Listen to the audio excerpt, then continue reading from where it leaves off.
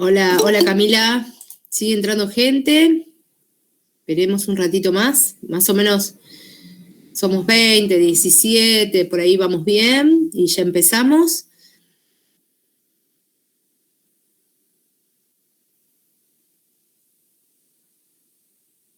Bueno, bueno, a ver, este capítulo es un capítulo que en realidad hay una suerte de continuidad con los capítulos anteriores, ¿no es cierto? Nosotros hablamos de que se trataba de una sociedad del conocimiento, una sociedad en donde las ideas, el know-how, el cómo hacer, así se llama en inglés, es fuertemente valorado. Hay autores catalanes, yo por ejemplo leí otros autores que ustedes no tienen por qué leer, pero Casacuberta, Villar, Oliver, que son de un grupo catalán, o el propio Manuel Castells habla un poco del comunismo informacional, ¿no es cierto? O sea, de que en realidad las ideas fluyen libremente, en donde las ideas se separan de los soportes materiales. Esto es, antes nosotros íbamos a comprar un CD, un cassette, ¿sí? Ahora esto lo podemos tener en las redes, ¿no? Hay mayor o menor libertad de esto. Sin embargo, como una contratendencia a la gran información que tenemos y con la que manejamos y que podemos acceder, hay contratendencias, que es la monopolización del saber hacer, ¿no? De las ideas. Y esta resulta, en algún sentido, muchas veces, como dice Joseph Stiglitz, muy desequilibrada, ¿no? Muy desventajosa para las grandes mayorías y solo poder accesible a un grupo minoritario con alto poder adquisitivo, ¿no es cierto? En donde de ese tipo de sistema de patentes, por ejemplo, que es monopolizar el conocimiento, se transforma en un sistema de patentes monopólico que eleva los precios, por ejemplo, de los medicamentos e inhibe las innovaciones. Digamos, eso es como el esquema. ¿Quién habla de esto? Bueno, en realidad hay un autor que se llama Joseph Stiglitz, Premio Nobel de Economía, que escribió su libro Cómo hacer que funcione la globalización. Y en el capítulo 4 se detiene en patentes, beneficios y personas, así se llama, en el sistema de patentes. Este es un texto muy referenciado por Flax. No tienen que leerlo ni nada, solo con leer el capítulo es suficiente porque reproduce mucho de sus concepciones, ideales, ¿no? Ahora, tendremos que ver entonces esto, ¿no? Estamos en una sociedad del conocimiento, donde el conocimiento es fuertemente valorado, donde se necesita en los procesos de trabajo y la producción un trabajador más culto, más educado, ¿no? Vemos contratendencias, las contratendencias que se ven, tanto en el patentamiento como contratendencias que se ven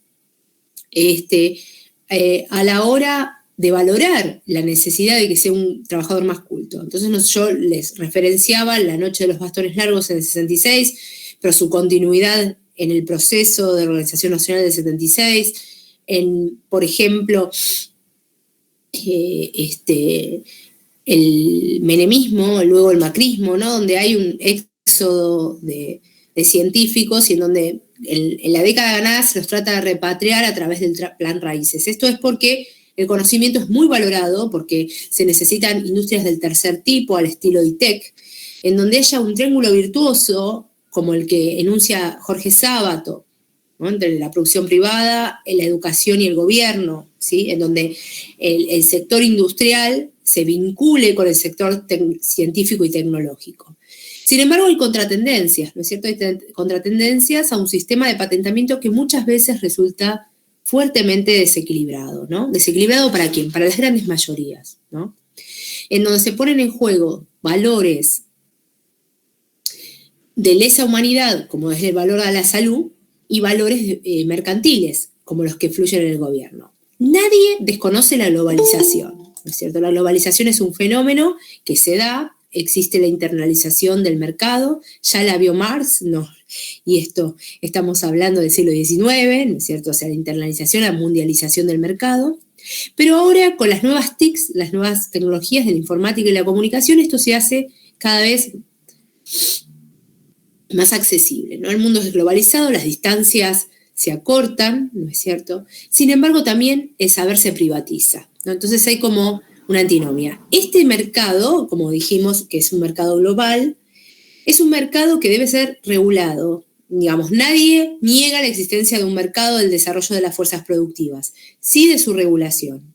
Y en este caso, el mercado en donde se producen las ideas, ¿no? Las ideas. Ideas que benefician, que deben beneficiar al bienestar común, a las grandes mayorías, y que sin embargo muchas veces benefician a pequeños grupos concentrados de países como Europa y Estados Unidos, ¿cierto?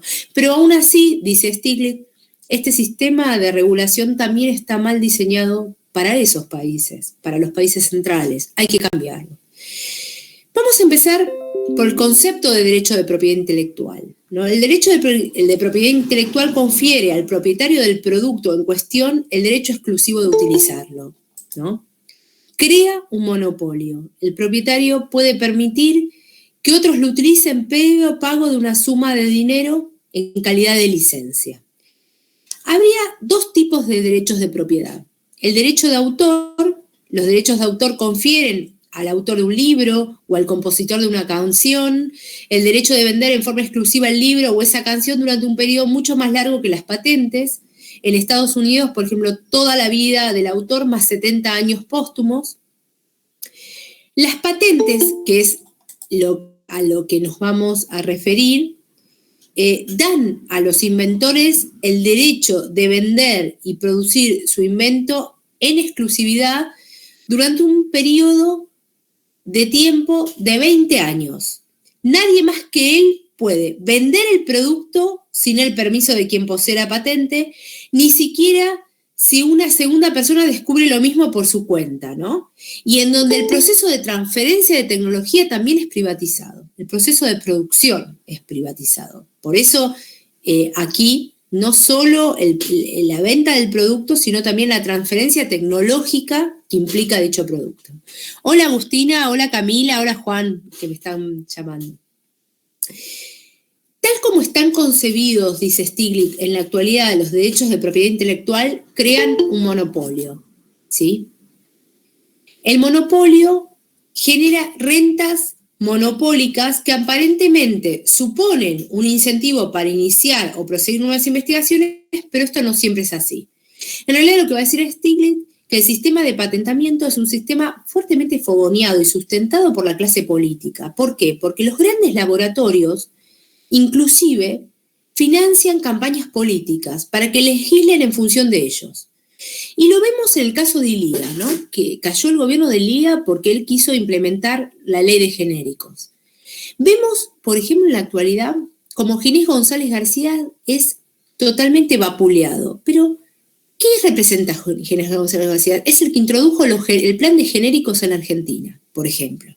Lo digo porque nos quedamos con esa idea del vacunatorio VIP, que yo que la última cuestión fue vacunar a gente, ¿no? Entonces, estas cosas cuestionan estamentos de poder. Lo que va a decir Stiglitz es que tal como están en la actualidad los derechos de propiedad intelectual, crean monopolios. Y estos monopolios lo que hacen es encarecer los productos medicinales, ¿no? Y frenar las innovaciones. Estos monopolios son propiedad de firmas de países centrales, esto es, USA y Estados Unidos, básicamente. Piensen en Bayer, en Roche, ¿sí? Monsanto, por ejemplo. Cuanto mayor sea el alcance de la propiedad intelectual, mayor recompensa quien posee la patente. Mayor alcance del monopolio y beneficios, rentas que ello conlleve. ¿Es malo la rentabilidad en el mercado? No, pero si pone en juego valores de lesa humanidad como el valor a la salud, sí es malo, hay que regularlo, diría Stiglitz. Una parte inclusive de lo que se patenta y por lo tanto se privatiza ya existía previamente, ¿no? Ya había saberes previos, saberes autóctonos, que era parte común en los expertos, por ejemplo, en la materia. Sin embargo, cuando se concede la patente, su propietario puede cobrar a otros por hacer uso del conocimiento y saber. La monopolización no solo puede provocar un estancamiento de la eficiencia, sino inclusive reducir la innovación. El ejemplo que da Stiglitz dice, una patente que cubriera, por ejemplo, todos los vehículos de 4 ruedas, la patente ya conocida como Selden, habría dejado poco espacio por el auto económico de Henry Ford. Otro ejemplo más claro es Microsoft, el gigante del soft, ¿no? Propiedad de Bill Gates, que ha aprovechado el poder monopólico que le confiere la patente para pisotear a innovaciones como Netscape o Real Network, ataques y demandas varias al gigante de Microsoft. El que inventó inclusive la red web, dice, frena la innovación, licencias respecto de este ámbito del saber. Sin embargo, vamos a ver cuestiones mucho más terribles que estamos padeciendo mundialmente a través o frente a la pandemia del COVID-19, es que 10 países concentran el 90% de la producción y transferencia tecnológica de la vacuna contra el COVID-19. Solo 10 países. Se ha implementado a partir de Naciones Unidas el COVAX y de la Organización Mundial de la Salud. Sin embargo, el COVAX, que iba a asistir a aquellas poblaciones que, por ejemplo, no podían acceder a las vacunas, ¿no? Sin embargo, dicho plan, ¿no? Fue muy frustrado. De hecho, poblaciones como las de África o India no están pudiendo acceder a la vacuna contra el COVID-19. Nosotros somos privilegiados en ese sentido, por eso yo siempre concientizo a los alumnos para que se vacunen, ¿no es cierto? Para que lo hagan, pierdan el miedo, digamos, el miedo que fue infundido por los propios centros de poder, ¿no? Inexplicablemente, ¿no? El miedo a la vacunación. Creo que esto ya se perdió el miedo y la gente fue a vacunarse. ¿Cómo en Estados Unidos y en cualquier parte del mundo, por ejemplo en Marruecos, los medicamentos genéricos cuestan una porción mucho menor o una fracción mucho menor de lo que cuestan las marcas, ¿no es cierto?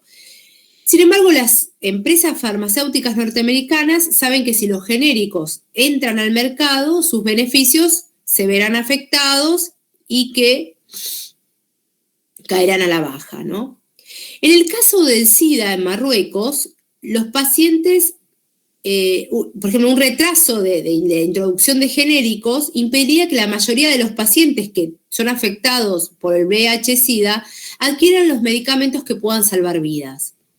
Algunas organizaciones no gubernamentales, ONG, sostenían que la restricción sobre los genéricos que figuran en el acuerdo de Marruecos y Estados Unidos prolongarían la duración de los efectos proteccionistas de las patentes a 30 años y no a 20. Y harían que los genéricos sean difíciles de conseguir. Stiglitz dice, nadie sabe con estos tipos de acuerdos cuántos pacientes pueden fallecer con semejantes propuestas.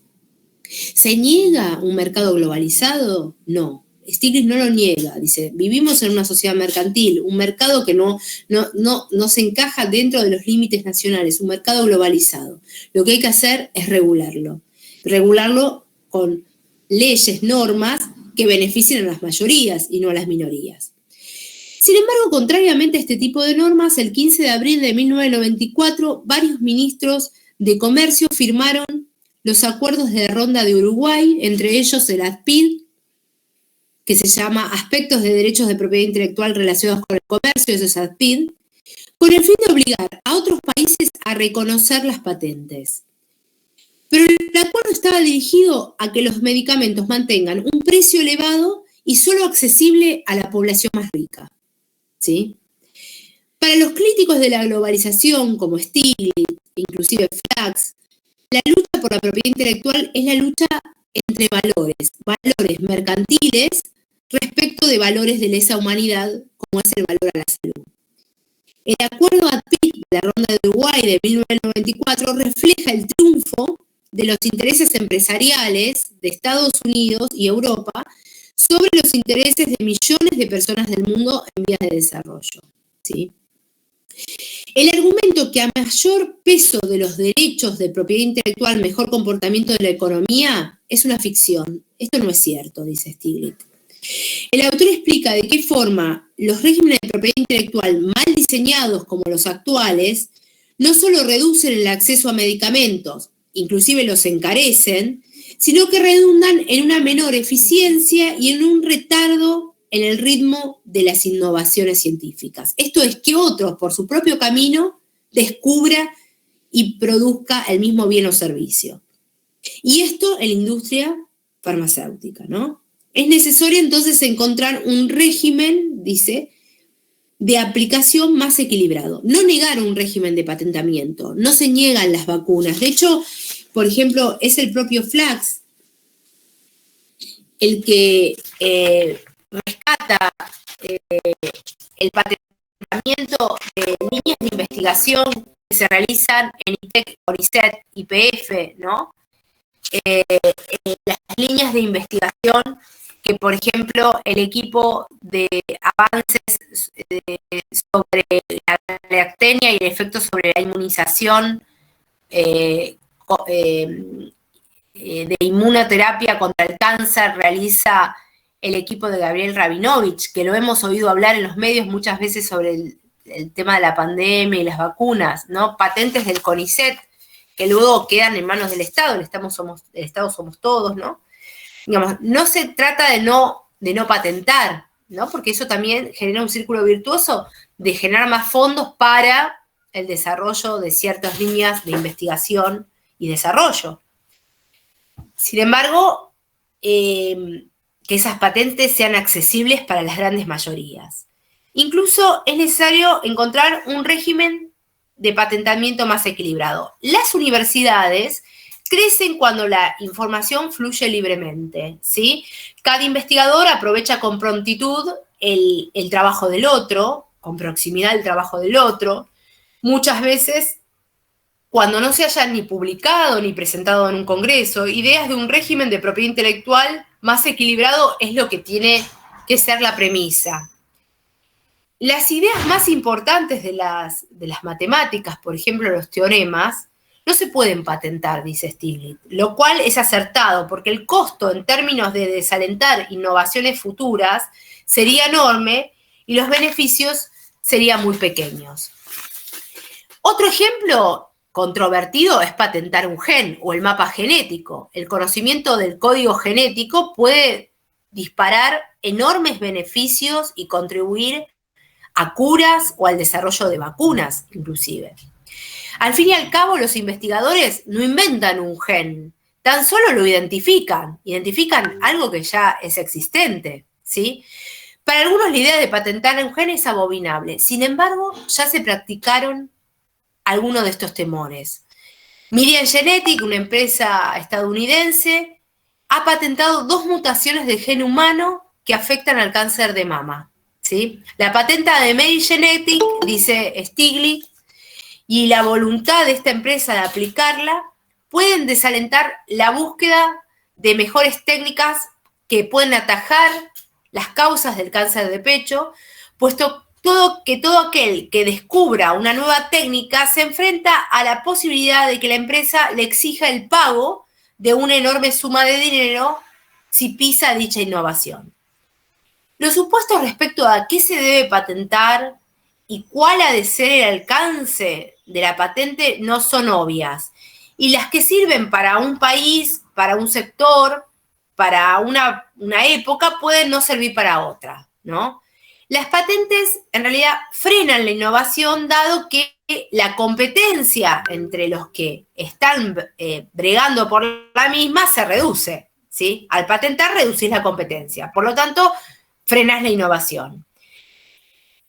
No hay ningún aspecto en la actualidad de la propiedad intelectual que no esté relacionado con el comercio. Hoy todo se regula en la Organización Mundial de Comercio, cuando diría Stiglitz, debe organizarse la Organización Mundial de la Propiedad Intelectual, algo que esté dedicado a la regulación del conocimiento en ese aspecto. Para el autor, el régimen de propiedad intelectual no es en la actualidad bueno para los países en vías de desarrollo, pero tampoco para países como Europa y Estados Unidos, ¿no? Stiglitz dice, las patentes, lejos de favorecer la innovación científica y tecnológica, forman monopolios que generan impactos negativos de diferente índole. llevan los precios, por ejemplo, de las innovaciones patentadas a valores inaccesibles, generan grandes rentas monopólicas a los laboratorios, dificultan, incluso impiden la innovación. Mi miedo es que me agarre alergia, dice Sofía. Bueno, no sé qué quiso decir. Por ello, considera Stiglitz que se requiere revisar qué se puede patentar y qué no. ¿Cuánto tiempo y qué alcance tiene esta patente? Es decir, no puede haber patentes demasiado prolongadas. Cuando usted habló de la vacuna. No te va a agarrar alergia. Yo soy alérgica. Muchas veces tengo, Sofía, espasmos de glotis y no tuve nada. Y me dieron la Sinopharm a mí. Mi mamá tiene espasmo de glotis, ella le dieron la Sputnik, no tuvo ningún proceso alérgico. Y si es muy leve, ¿no? No hay que tener miedo a las vacunas. Bueno, lo que yo les decía, que lo que considera Stiglitz es que hay que revisar lo que patentar y lo que no. ¿Cuánto tiempo, qué alcance tiene, ¿no? ¿Qué se puede patentar y qué no se puede patentar? En algún sentido, el conocimiento se concibe muchas veces como un derecho mercantil, ¿no? Y no un derecho de lesa humanidad, esto es el derecho referente a la salud, ¿sí? Ese es el problema. Hay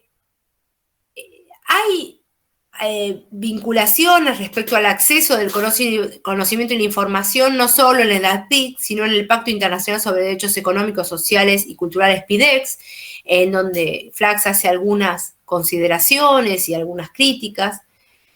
Y, sin embargo, la accesibilidad muchas veces se ve al conocimiento obstaculizada de distintos modos. El primer caso involucra, que trabaja Stiglitz, es el de Brasil. Dice, país que durante el primer gobierno de Lula amenazó con fabricar cócteles anticida en plena epidemia, ¿no? Como suele ocurrir, el laboratorio farmacéutico que fabricaba estos cócteles anticida, amparado en la patente, utiliza su posición de dominio en el mercado para ponerle un precio sideral al medicamento. Brasil no lo fabricó, pero logró que el precio del medicamento fuera costo, un precio de costo de producción, más un porcentaje de nivel de beneficio para el laboratorio razonable, en términos de ganancias industriales a nivel internacional. Este es un ejemplo, ¿no? Otro ejemplo contrario, pero que también tiene que ver con una lucha por estos derechos económicos versus derechos de lesa humanidad, es el caso de Medigenetic, ¿no? Que identificó y patentó 2 genes vinculados con el cáncer de mama de hereditarios. Y finalmente la Corte en el 2012 revocó el fallo de la Cámara de Apelaciones que beneficiaba a Medigenetic, anuló la patente, pero envió la disputa a otros niveles de deliberación de juzgado de primera instancia, donde se sigue discutiendo sobre el caso. Esperemos que por estas tierras no se puedan instalar el derecho de propiedad sobre los conocimientos que habla el PIDES, ¿no? Sin las restricciones impuestas a partir de la apropiación que hace Myriad Genetics, seguramente la cooperación, en vez de la competencia desenfrenada de los equipos de investigación, hubieran permitido avances que aún no se lograron y obstaculizaron lo que significa la patente en torno a cuestiones de interés público, ¿no? ¿Qué les interesa a las empresas con fines de lucro y qué no? La OMS define una serie de medicamentos esenciales, la Organización Mundial de la Salud, los que se pretende que sean eximidos del pago de patentes. La OMS dice, se consideran esenciales los medicamentos que cubren las necesidades de atención de salud prioritarias de la población. Su selección se hace atendiendo la prevalencia de las enfermedades y hacia su seguridad y coeficiencia comparativa. Ahora bien, la lista incluye, la lista de la OMS, 350 medicamentos básicos. Y este listado se renueva cada 2 años en los que se integran medicamentos nuevos, ¿no? Estos medicamentos, como yo les dije, son considerados esenciales y los que se pretende que sean eximidos del pago de patentes. En consonancia con esta legislación, en la Argentina, la ley 24.481 recoge estándares internacionales Y dice que no son patentables. Les leo. Los descubrimientos, las teorías científicas y los métodos matemáticos. Las obras literarias o artísticas o cualquier otra creación estética, así como las obras científicas. Los planes, reglas y métodos para el ejercicio de actividades intelectuales, para juegos o para actividades económicas, comerciales, así como los programas de computación. Las formas de presentación de información. Los métodos de tratamiento quirúrgico, terapéutico, de diagnóstico aplicable al cuerpo humano y relativos a los animales. La yuxtaposición de invenciones conocidas o mezcla de productos conocidos. Su variación de forma de dimensiones o materiales, salvo que se trate de combinación o fusión de tal manera que no puedan fusionar separadamente. Toda clase de materia viva y sustancia preexistente en la naturaleza. ¿Sí? Las invenciones cuya explotación en el territorio de la República Argentina deba impedirse para proteger el orden público, la moralidad, la salud o la vida de las personas o de los animales o para preservar los vegetales o evitar daños graves al medio ambiente. La totalidad del material biológico y genético existente en la naturaleza o su réplica en los procesos biológicos implícitos en la producción animal, vegetal y humana. Y después dice que las patentes se clasificarían en necesidades humanas, necesidades técnicas industriales diversas y transporte, químicas y metalúrgicas, textiles y de papel, construcciones fijas, mecánica, iluminación, calefacción, armamento, voladuras, física y electricidad. Fíjense ustedes que hay contraejemplos, ¿no es cierto?, de esta dinámica monopolizadora del saber, ¿no? Contra las tendencias más proteccionistas, monopólicas, hay tendencias de otro tipo. Tomamos el caso del bypass coronario, ¿no? Inventado por el doctor Favaloro, ¿no? Saben quién fue Favaloro, ¿no? Incluso Ataque 77 tiene un tema respecto de Favaloro. Favaloro inventó el bypass coronario y no lo patentó, ¿no? Sus beneficios para la humanidad fueron extraordinarios. En 1992, el diario New York Times dijo: se trata de un héroe mundial que cambió parte de la medicina moderna y revolucionó la medicina cardíaca. Luego de 48 años o más, esta técnica sigue vigente. Pero el tratarse de un método de tratamiento quirúrgico aplicado al cuerpo humano no es patentable, como lo dijimos recién. En nuestro país ocurre otro tanto con los tratamientos terapéuticos o de diagnósticos aplicables al cuerpo humano o relativos a animales. Esto es contrario al caso de Marian Genetic, que de no haber ocurrido hubiera habido líneas de investigación, inclusive de patentamiento nuevas. Ahora, es triste lo que pasó con Favaloro, ¿no? Favaloro había desarrollado el bypass gástrico y, sin embargo, había tenido una controversia con el gobierno de Rodríguez Larreta por problemas con el PAMI, en su momento bajo la égida de Larreta. Y él terminó de la manera más trágica con su vida, se vio encerrado, ¿no? En vez de apoyar a una persona que había impulsado una innovación científica y tecnológica de excelencia, reconocida a nivel mundial, y encima no la patentó. Muchos investigadores, muchos donan sus patentes a la UNESCO o a ONGs, organizaciones no gubernamentales. Es la importancia de patentar sin generar monopolios, porque lo que dice Stiglitz es que no se trata de no patentar, sino patentar pero no generando un monopolio del saber. Muchos antes de que comenzara esta disputa entre, por ejemplo, el caso de Miriam Genetics, ¿no? O de la ronda de Uruguay a partir de los tratados de ADPIC, muchos científicos donaron sus patentes a otras a ONGs, organizaciones de interés público. Entonces, no se trata de eliminar las patentes, sino de evitar su monopolio. El capitalismo monopólico es incompatible con la extensión de las libertades individuales. Para Aristóteles, por ejemplo, los monopolios eran el primer enemigo de la polis. Esto lo dice Aristóteles en su libro Política, ¿no? En el libro primero. Por ello, en una democracia constitucional, es la obligación del Estado el desarme de cualquier tipo de monopolio aplicado en la legislación antimonopólica. Tenemos distintos casos que aparecen en el texto de análisis que tienen que ver con distintas intenciones. en primer momento, en el 2018, había una campaña publicitaria de la vacuna del VPH, ¿no? Una campaña publicitaria que resultó inclusive engañosa. Era una publicidad que vendía la vacuna en ese momento a 650 pesos. Accesible para una minoría y no para la gran parte de las mujeres, ¿no? De 11 años, en este caso niñas, que podían ser afectadas por el virus de papiloma humano, que es el causante del cáncer de cuello de útero, pero también de recto en los varones. Lo engañoso es que esta vacuna solamente previene el 70% de los casos. Y si hace necesario un examen complementario ginecológico con el papilacolpo, lo que hacemos todas las chicas, ¿no es cierto? Y por supuesto con el uso de preservativo. Sin embargo, en el 2011, algo más sobre la década ganada, por decisión presidencial, la vacuna dejó de ser una mercancía al mejor pastor para incluirse en el calendario vacunatorio. Todas las niñas de 11 años podían vacunarse, ¿no es cierto? Y obviamente apoyado en una campaña de hacerte el PAP, ¿no? Como con la anunciación de la querida Tita Merelo que decía, chicas, háganse el Papá Nicolau. Vieron que siempre ella decía lo mismo. Bueno, esto es importante, inclusive para las varones. Hay otros hallazgos desde la década ganada que ahora tienen que ver con el patentamiento, la sanción de la ley 26.688 en 2001 de producción de medicamentos, que significa un importante avance legislativo en términos de la orientación de las investigaciones y la producción de medicamentos en función ahora del interés público y no del interés meramente mercantil y de una minoría.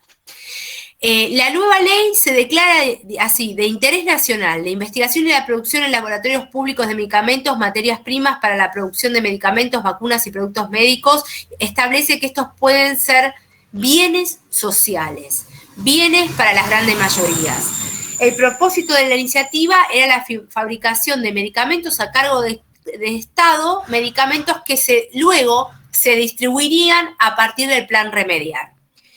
La ley fue aprobada el 28 de junio de 2011, ahora tardó mucho tiempo en ser reglamentada, pero bueno, mientras Macri nos sacaba del calendario vacunatorio la vacuna del sarampión, por ejemplo, o del VPH, esta ley justamente ampliaba el calendario vacunatorio y hacía accesible medicamentos a gran parte de la población a partir del plan Remediar. También podemos ver monopolios en sistemas productivos rurales, ¿no es cierto? Por ejemplo, la autorización en el 2012 de la soja resistente al glifosato o lo que es su marca comercial, el Roundup, ¿no? Esto es un convenio entre un laboratorio, ¿sí? Y Monsanto. De más está decir las causas terribles ecológicas y de salud, tanto para los animales, en donde se identifican procesos cancerígenos, como de humanos, ¿no es cierto? Entonces, también ver lo que se patenta, ¿no es cierto? Estamos patentando bienes que dañan el ecosistema. Sanders, que es un ministro de Estados Unidos, ayer dijo, por ejemplo, de la necesidad de rever de que nuestra tierra nos está mandando señales urgentes, ¿no? Cuando hay inundaciones, hay sequías, la capa de ozono se debilita, el calentamiento global aumenta, aparecen las pandemias, fruto del consumo de animales, por ejemplo, ¿no? Donde se trasladan virus de animales a humanos, digamos. Entonces, tenemos que estar muy atentos a las señales que el planeta nos da, y esto es ya, es ahora. Bueno, lo vamos a ver más adelante con el proceso de sojización, en donde se implanta la soja transgénica resistente al glifosato, inclusive en la Argentina, ¿no es cierto? Y esto hace que haya un dominio del pequeño productor que es dependiente de este producto de este herbicida, el glifosato, y también de la semilla transformada genéticamente. Se hace dependiente económicamente, pero también produce daños en la salud del ambiente y la población, ¿no? Entonces, el acceso a medicamentos y atención a enfermedades se agravaron fuertemente con el acuerdo de aspectos de propiedad intelectual vinculados al comercio, esto es el ASPIC, que se hace en la órbita de la Organización Mundial del Comercio en vez de arbitrarlo en la Organización Mundial de la Salud. Contrariamente a esto está la Declaración sobre Bioética y Derechos Humanos de la UNESCO del 2005, que expresa en el artículo 1, inciso F, que uno de los objetivos de la misma es promover un acceso equitativo a los adelantos de la medicina, la ciencia y la tecnología, así como la más amplia circulación y un rápido aprovechamiento comparativo de los conocimientos relativos a estos adelantos y de los correspondientes beneficios, prestando una especial atención a las necesidades de los países en desarrollo. En consonancia con estos objetivos y en torno al patentamiento de la innovación y de la invención, particularmente a los productos farmacéuticos, atendiendo a distintos problemas, es que Stiglitz hace este capítulo Patentes, Beneficios y Personas, ¿no? Y dice que contrariamente a la PIC se han generado procesos de flexibilización de las patentes, ¿no? Que van en contra de la PIC y de las reglas de la Organización Mundial del Comercio y van en favor de los objetivos institucionales de la UNESCO, de la OMC, ¿no? O del protocolo de Kioto, que fue un protocolo que se hizo en el 2015, ¿no es cierto? Es cierto que las patentes estimulan la innovación, requieren entonces un régimen más, si fomentan la innovación, hay que fomentar un régimen más equilibrado que atienda a las necesidades de la población. Stiglitz, Premio Nobel de Economía, en el 2006, publica su libro Cómo hacer que funcione la globalización. Y entonces dice, ¿por qué los países centrales defienden las patentes? Por la sencilla razón de que los laboratorios financian sus campañas, financian el status quo político, ¿no es cierto? Las empresas farmacéuticas son una de las que tienen más capacidad de lobby, incidencia y presión económica, ¿no es cierto? Sin embargo, vamos a ver que hay una debilidad metodológica de los argumentos que justifican el régimen de las patentes tal cual se dan ahora. En cuanto al incentivo del investigador y en cuanto a los beneficios de la calidad de vida. Por sobre todas las cosas, porque el investigador no solo se mueve por valores mercantiles o por beneficios de la ganancia, sino también la investigación académica crea una arquitectura abierta, es decir, que alienta la innovación, la transmisión del conocimiento, la comunicación del mismo, en donde el saber termina siendo de dominio público. A los grandes científicos los impulsa la búsqueda interior por comprender la naturaleza, el universo, por poder satisfacer valores relativos, valores de lesa humanidad como la salud, que tienen que ver con las grandes mayorías, con el bienestar general, y también con la recompensa intrínseca que importa más con el reconocimiento de iguales que la sola ganancia mercantil, ¿no es cierto? Sin embargo, hay tendencias monopolizadoras como la de Merian Genetics, ¿no es cierto?, en donde se han patentado 2 mutaciones del gen humano que afectan al cáncer del pecho y pone en evidencia un freno a la innovación, ¿no es cierto?, este ejercicio, ¿no?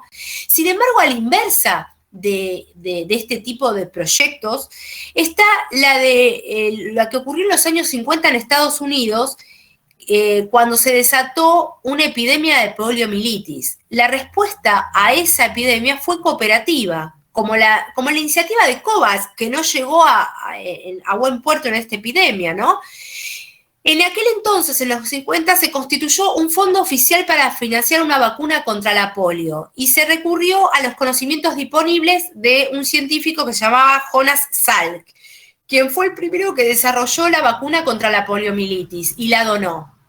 Y en 1955, en una entrevista le preguntaron sobre la patente y Salk respondió, no hay patente. Él rehusó la patente. ¿Se puede patentar el sol?, dijo Salk. Cabe señalar que muchos investigadores han donado sus patentes a la UNESCO, ¿no es cierto?, o a otras organizaciones de interés general.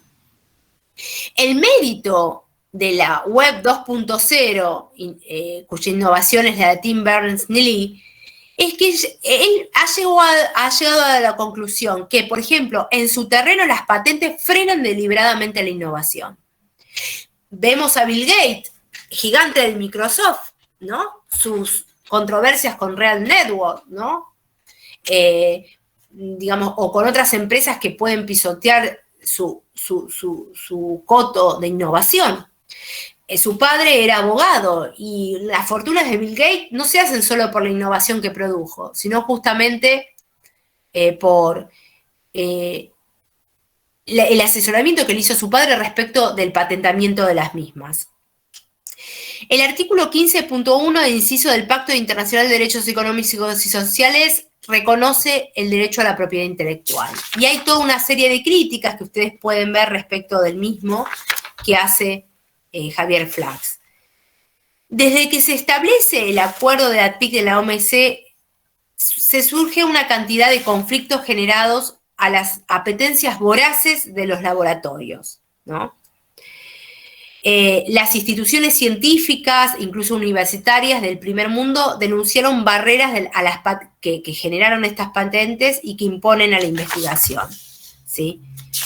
Sin embargo, hay contratendencias, como el Acuerdo de Doha, ¿no es cierto?, en donde no solo imponen licencias voluntarias, sino licencias obligatorias.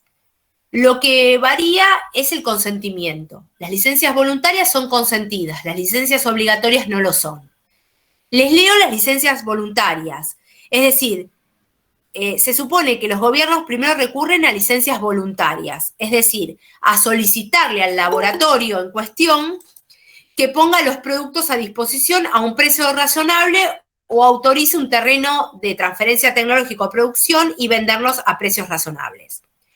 Si esto no ocurre, dice el Acuerdo de Doha, recién entonces se recurre a las licencias obligatorias, que es un permiso que da un gobierno para producir un producto patentado o utilizar un procedimiento patentado sin el consentimiento del titular de la patente, sin el consentimiento del laboratorio. En cualquier caso, siempre se respeta al propietario de la patente pagándole por la misma un precio razonable, ¿sí? Vamos a ver que hay distintos casos que se enuncian en el texto, ustedes lo habrán visto, respecto de la flexibilización de las patentes.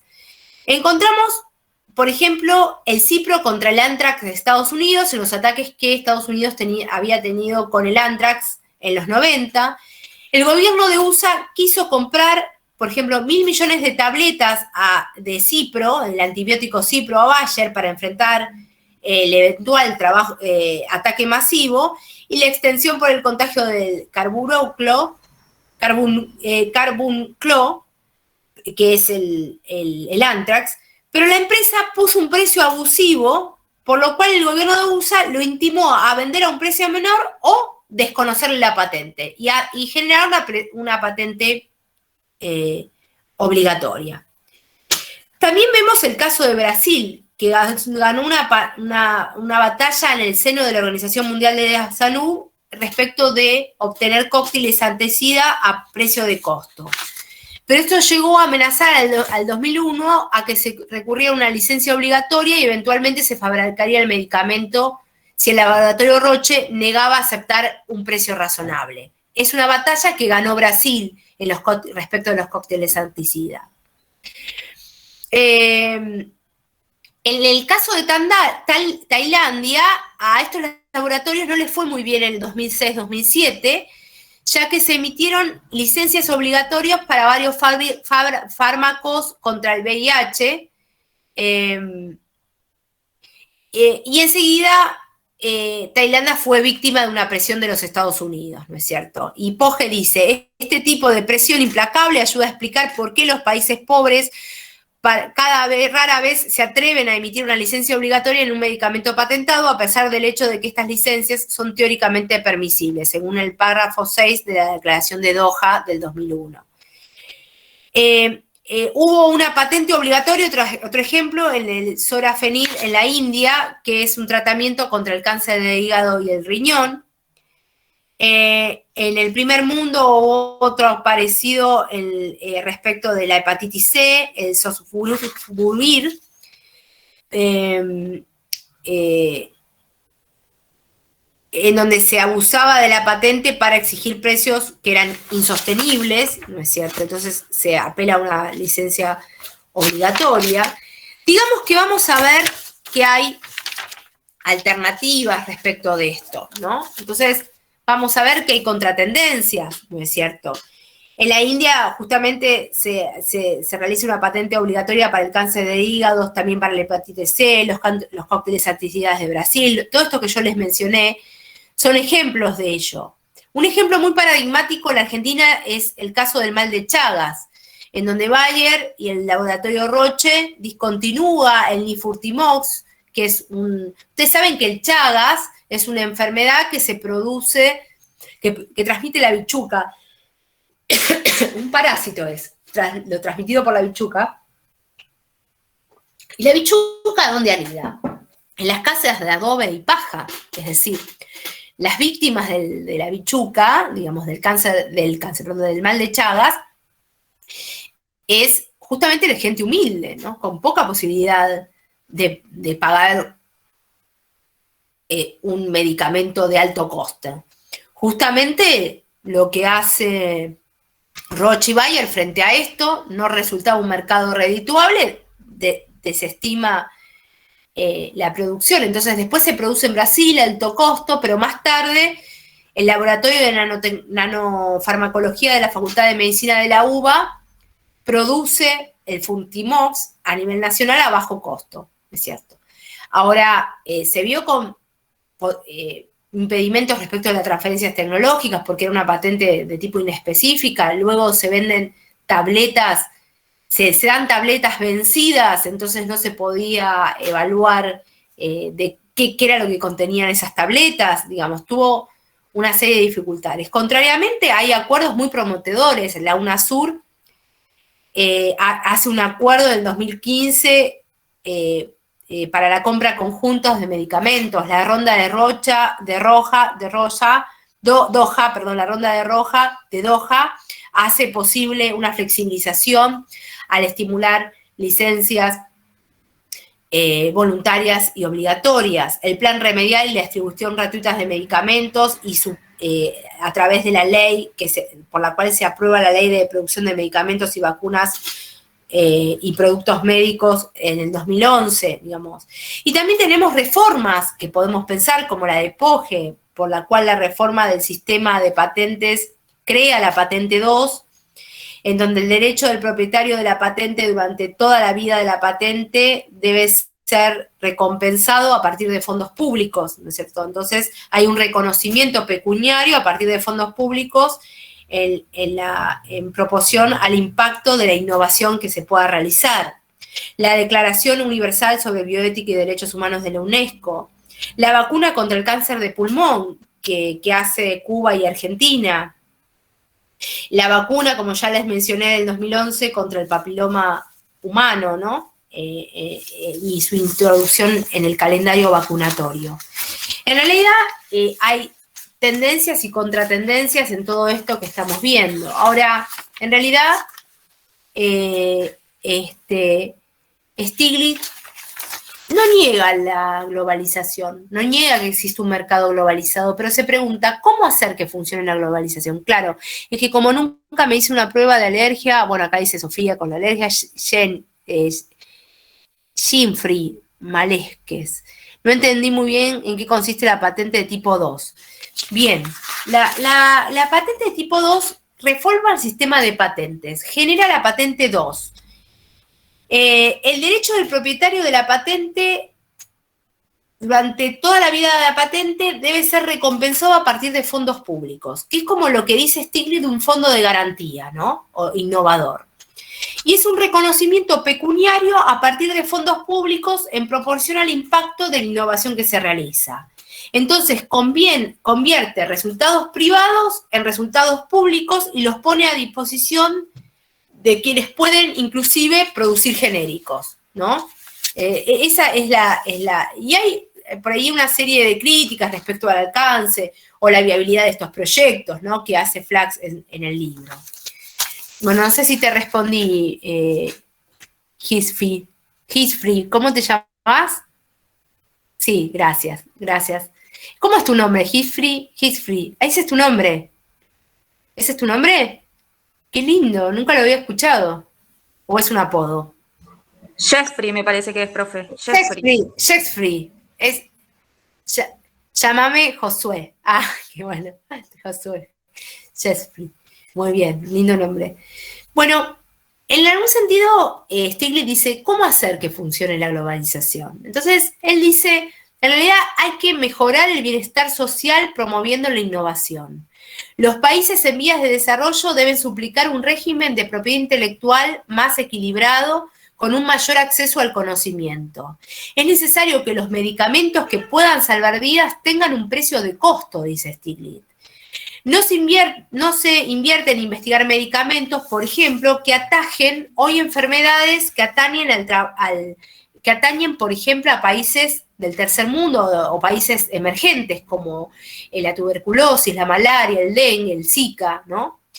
Hay una brecha 90-10, esto aparece en una pregunta de la encuesta, creo que, no sé si es la 22 del cuestionario, que indica que el 90% de la inversión mundial en investigación se orienta solo al 10% de la población más rica, ¿no?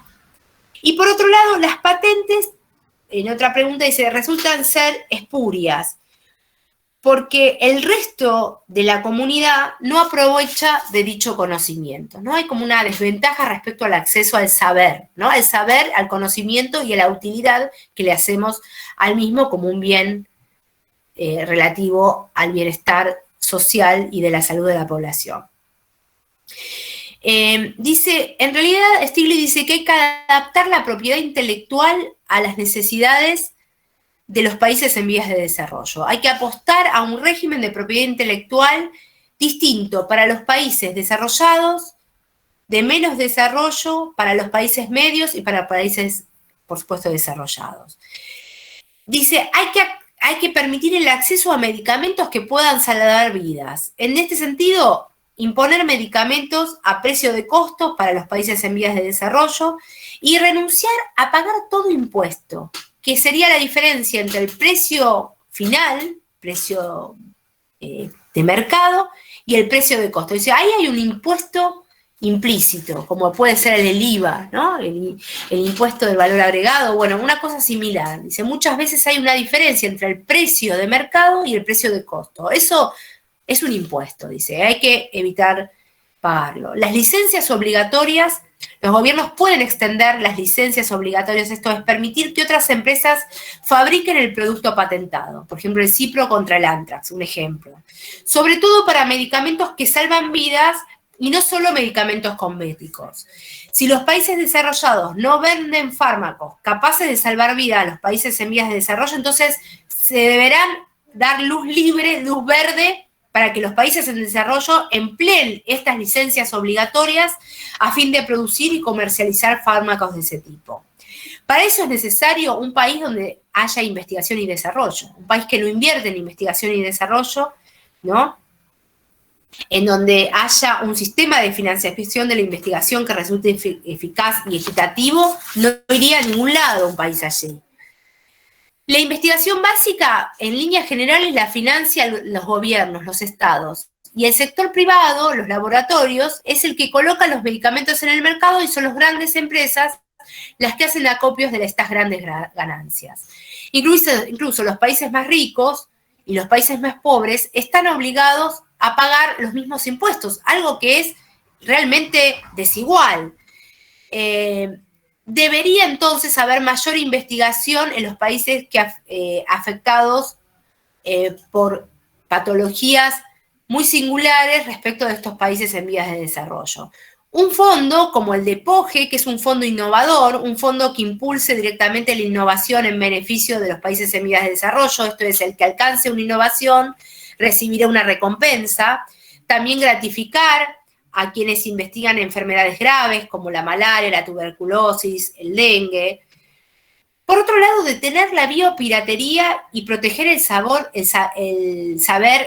tradicional o autóctono, ¿no es cierto? Por ejemplo, se ha intentado patentar el azafrán de las Indias, algo totalmente increíble. O, por ejemplo, el intento de patentar el aceite de un árbol de la India, el NEN, que ya hace miles de años se conocen propiedades cosméticas, medicinales, pero también insecticidas, ¿no? Muchas veces estas patentes usufructan el saber hacer, los acervos de conocimiento de países en vías de desarrollo, ¿no? Y por otro lado, todo este sistema de patentamiento debe poder garantizar la biodiversidad, ¿no? Y por supuesto, posibilitar la gobernancia, esto es, que haya cursos de investigación autónomos, o sea, la forma en que se tomen las decisiones en la arena internacional de propiedad intelectual hoy adolece de la poca voz que tienen los países en vías de desarrollo. Bueno, que tomen su voz, su gobernancia, ¿no? Que se prioricen los valores de lesa humanidad frente a los beneficios o el valor de la ganancia. Esto inclusive en países como Francia es muy valorado. Por ejemplo, ya no patentamiento, pero sí derechos de autor del cine francés. Fíjense que en la Argentina, por ejemplo, los grandes tanques norteamericanos están en cartelera muchísimo tiempo, mientras las producciones argentinas están una semana y nada más. Y esto lo sé porque una alumna mía de Luna hizo una investigación respecto de las programaciones que hacía el Gomón, que en general producen producciones nacionales de cine, y era la fuerte desigualdad entre la producción que venía de Estados Unidos, los grandes tanques norteamericanos, y la producción nacional. Bueno, Francia protege el cine nacional francés, ¿no? La globalización y los intereses empresariales comprometen entonces los valores básicos. Sin embargo, el derecho al medio ambiente, a la sanidad, están por encima de los intereses empresariales. Los intereses de las grandes empresas farmacéuticas durante, por ejemplo, el gobierno de Bush en Estados Unidos en los 90, respecto al libre acceso a fármacos que tratan el SIDA, es contraria a este interés de las mayorías. Por lo tanto, para Stiglitz, y para finalizar, el mayor reto de la globalización es lograr que sea más democrática, no negar la globalización, que sea más democrática y que sitúe los valores esenciales, los valores de lesa humanidad, como es el valor a la salud, por encima de los intereses empresariales. De esto se trata el capítulo. Yo no sé si con esto quedó claro, si hay algo que quieran comentar, si les gustó el capítulo, si sabían que esto ocurría, si no lo sabían, cómo les resultó el capítulo, ¿qué me pueden decir? Yo particularmente no sabía, profe. No sabía. Sí, claro. Me pareció muy interesante y un poco chocante también, ¿no? Es duro. Es la realidad, como que te genera un poco de miedo, ¿viste?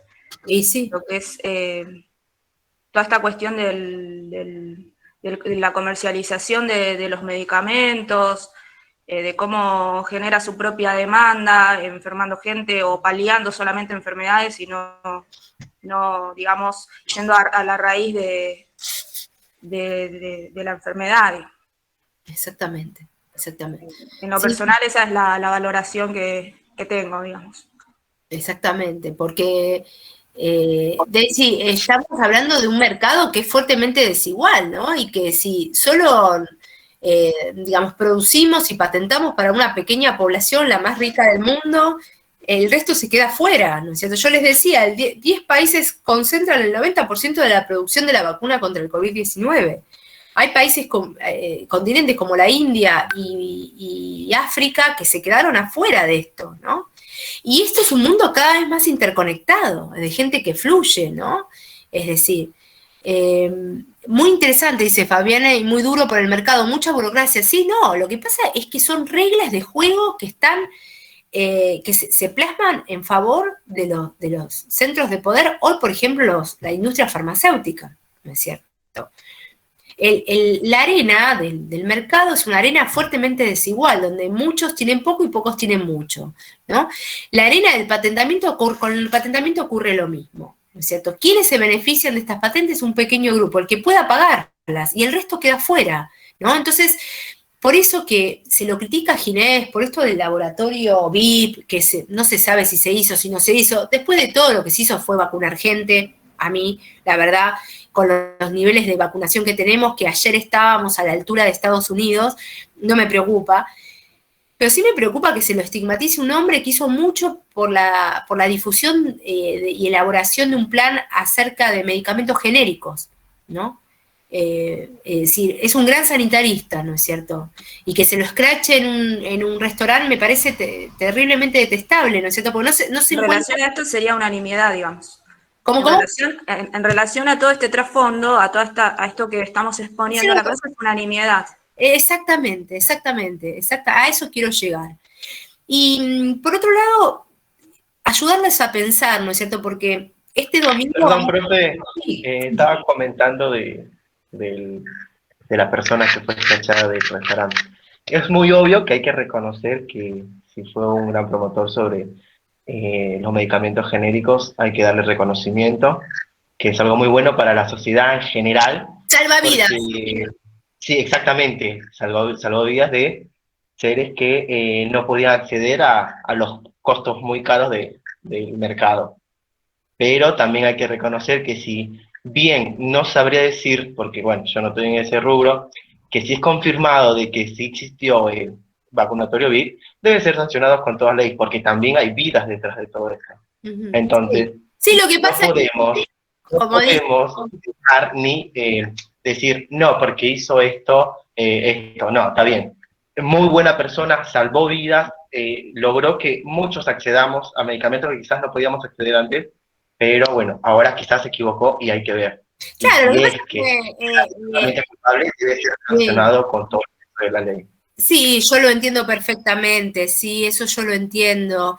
Lo que pasa es que después con el desenvolvimiento, con la gran cantidad de vacunas, porque parecía que si no venía la Pfizer era que fracasábamos, y lo cierto es que estamos vacunando un gran porcentaje de la población, que hoy el que se quiere se puede vacunar. Entonces, con el transcurso del tiempo sopesás una cosa con la otra, como decía, decir que parece una nimiedad, o sea, parece una cosa mínima, ¿no es cierto?, respecto de esto. No es que en estos momentos, por ejemplo, la gente no esté disponiendo de vacunas, sino que incluso hay gente que no se quiere vacunar.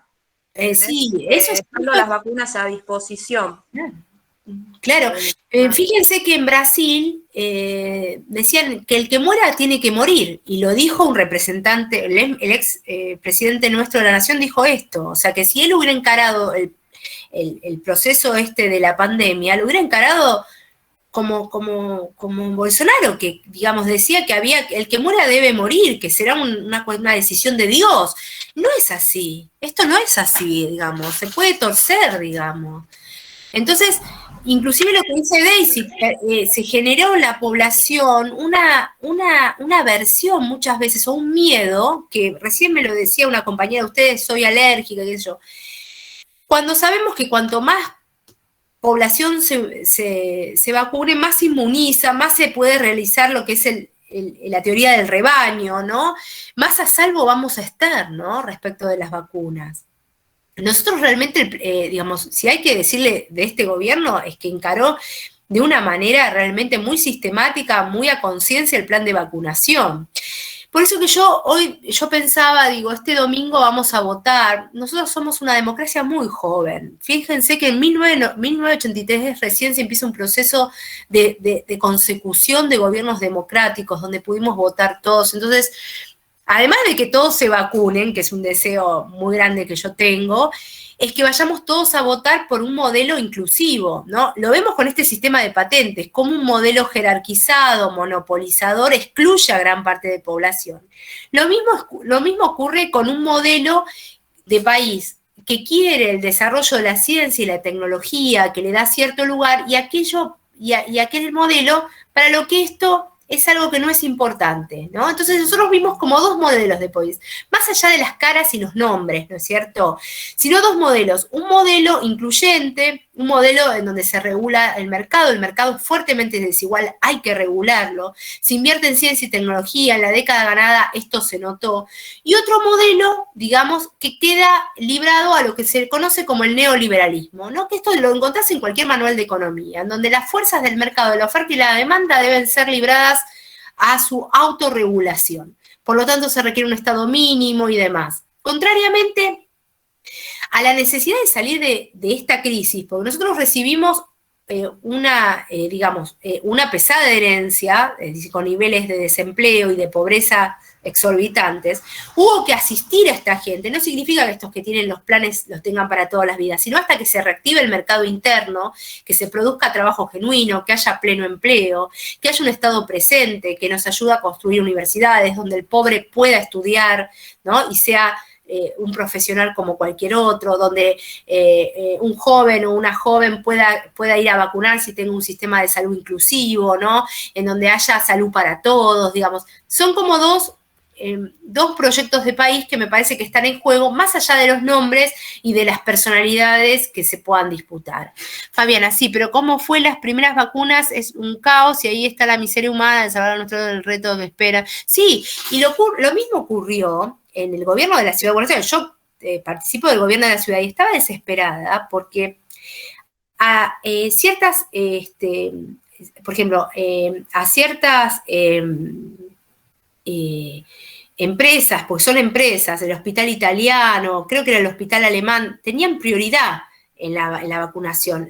Las empresas en general privadas empezaban a tener prioridad por sobre el resto de la población. Después, cuando ya esto se rompió, se disolvió, en realidad el interés, hubo vacunatorio VIP también en Capital Federal, también lo hubo. Mi psicóloga, que ella me decía, realmente yo me apliqué la vacuna porque sabía que si no se la daban a otro, pero ella hacía asistencia yo hago la terapia hace 2 años, hago psicoanálisis, y ella, nosotros nos conocimos y seguimos la terapia por internet. O sea que yo no iba a un consultorio, no había riesgo de que ella contagiara a otros. Sin embargo, a los profesionales de nivel privado fueron a los primeros que se vacunó, contra los que estaban en la trinchera, que eran en realidad los profesionales de la salud pública, justamente. Entonces, hubo como un desmanejo muy grande, ¿no?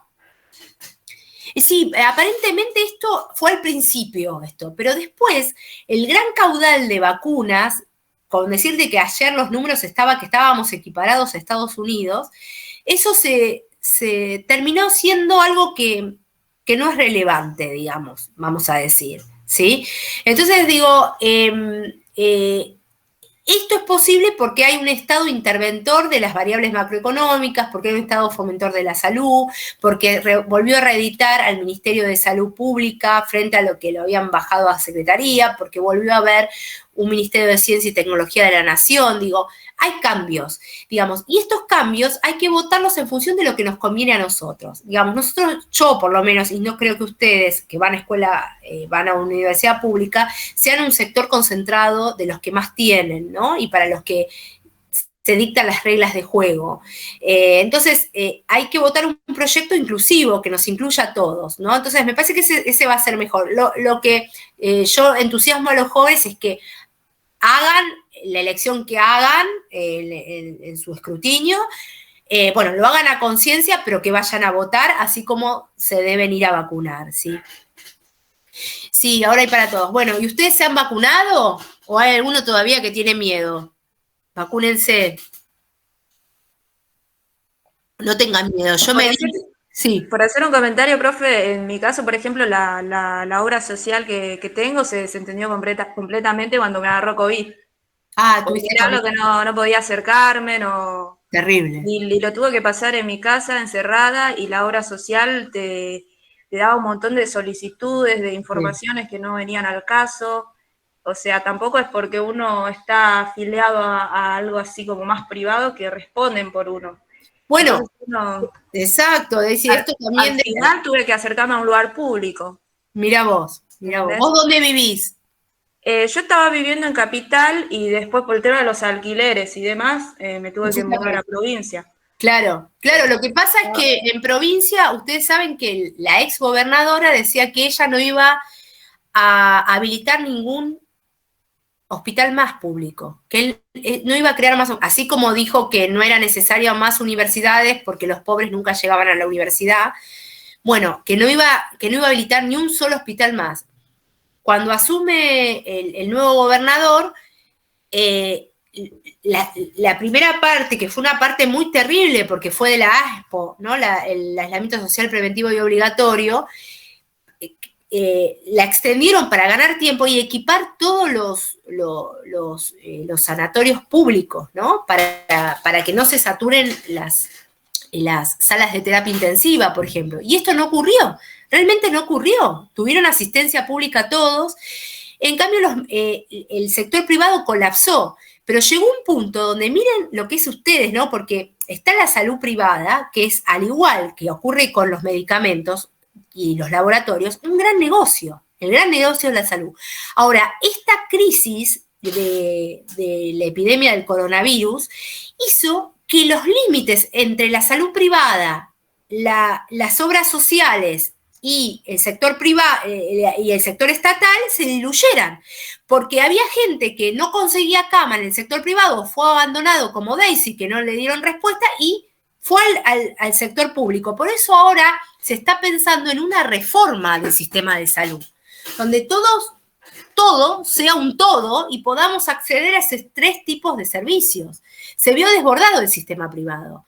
De hecho, yo tengo OSDE, que es una de las más caras, y conseguir un turno era terrible. Yo no padecí de coronavirus, pero sí quería hacerme análisis y demás, y no había manera de conseguir un turno. O sea, si a mí me hubiera pasado algo que yo ya veía que me estaba pasando, no sé, un problema de depresión y qué sé yo, tendría que haber recurrido al sector público o a mi obra social, que yo tengo la obra social de los universitarios, ¿no?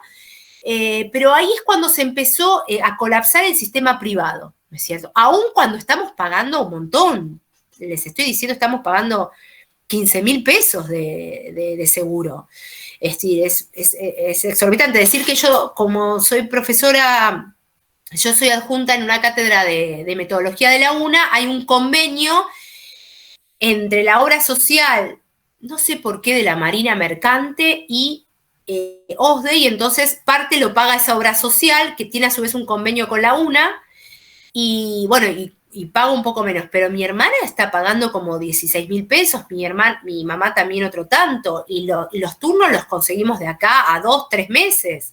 De hecho, me costó mucho, mi mamá tiene unos nodulitos en la mama, conseguir un turno lo más cerca posible para ver qué es lo que ocurre con eso, ¿no? Porque era de BIRS 4, digamos que es bastante importante.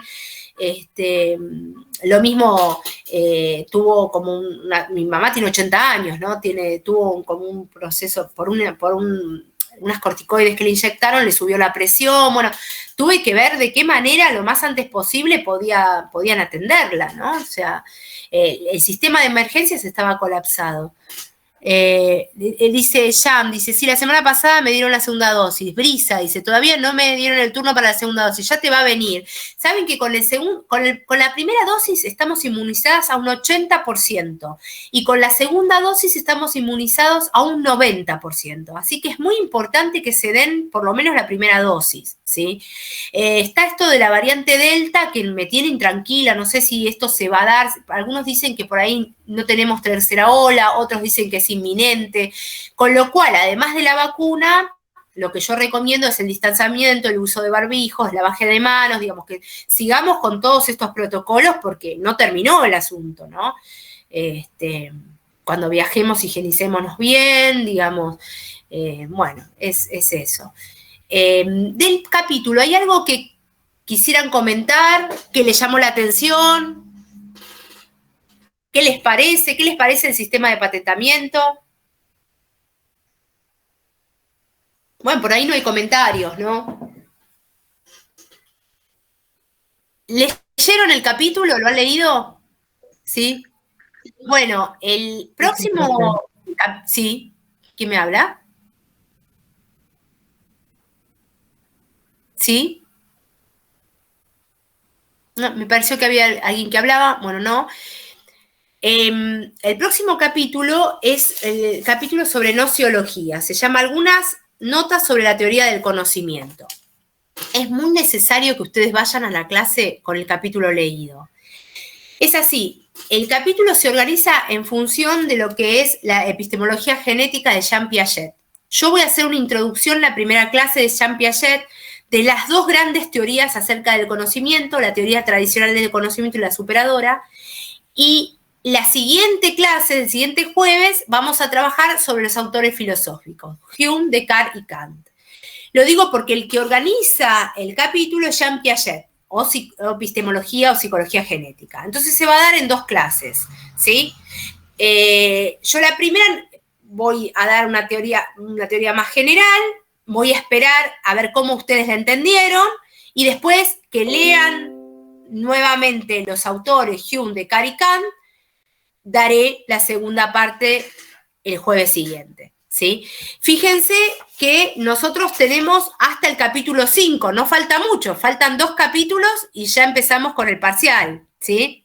Así que seguramente va a haber algún parcial de prueba, de ensayo, yo eso se los voy a avisar, digamos, y todo va a estar comunicado por la plataforma como venimos haciendo hasta ahora, ¿sí? Bueno, si no hay más preguntas, me despido hasta el jueves próximo, que estén muy bien. Me alegro de haber hablado con ustedes, de haber hecho intercambios, distintas visiones a veces que son bienvenidas, siempre se tolera todo, la opinión de todos, sea cual fuera, y bueno, y si la materia les ayuda a pensar en el desarrollo de un país mejor, digamos, en los 2 modelos antinómicos que hoy se presentan en nuestra sociedad, un modelo neoliberal versus un modelo de inclusión y desarrollo, bueno, votemos este domingo en función de lo segundo y no de lo primero, porque no, es lo que nos conviene a todos, ¿sí? Bueno, ¿puede repetir el título del próximo tema? Sí, es el capítulo 4, algunas notas sobre la teoría del conocimiento, de la nociología a la epistemología genética, se llama. ¿Sí? En principio vamos a trabajar sobre la psicología genética de Jean Piaget, voy a dar algunas pautas, no me voy a demorar mucho, corto, y después empiezo ubico a los autores, ¿sí? Entre una u otra posición, y después en la clase siguiente trabajamos sobre Hume, Descartes y Kant. No, siempre las clases sincrónicas son los días jueves. Los lunes ven la clase grabada, o sea que lo que ustedes tienen que hacer ahora es leer el texto, hacer la guía en función del texto y ver la clase grabada el lunes. Y el jueves nos estaríamos viendo con la primera parte de nociología, ¿sí? Así quedamos. Bueno, que estén todos muy bien, ¿eh? Igualmente. Chao, profe, que esté bien. Estén muy bien. Chao, Chao. Chao.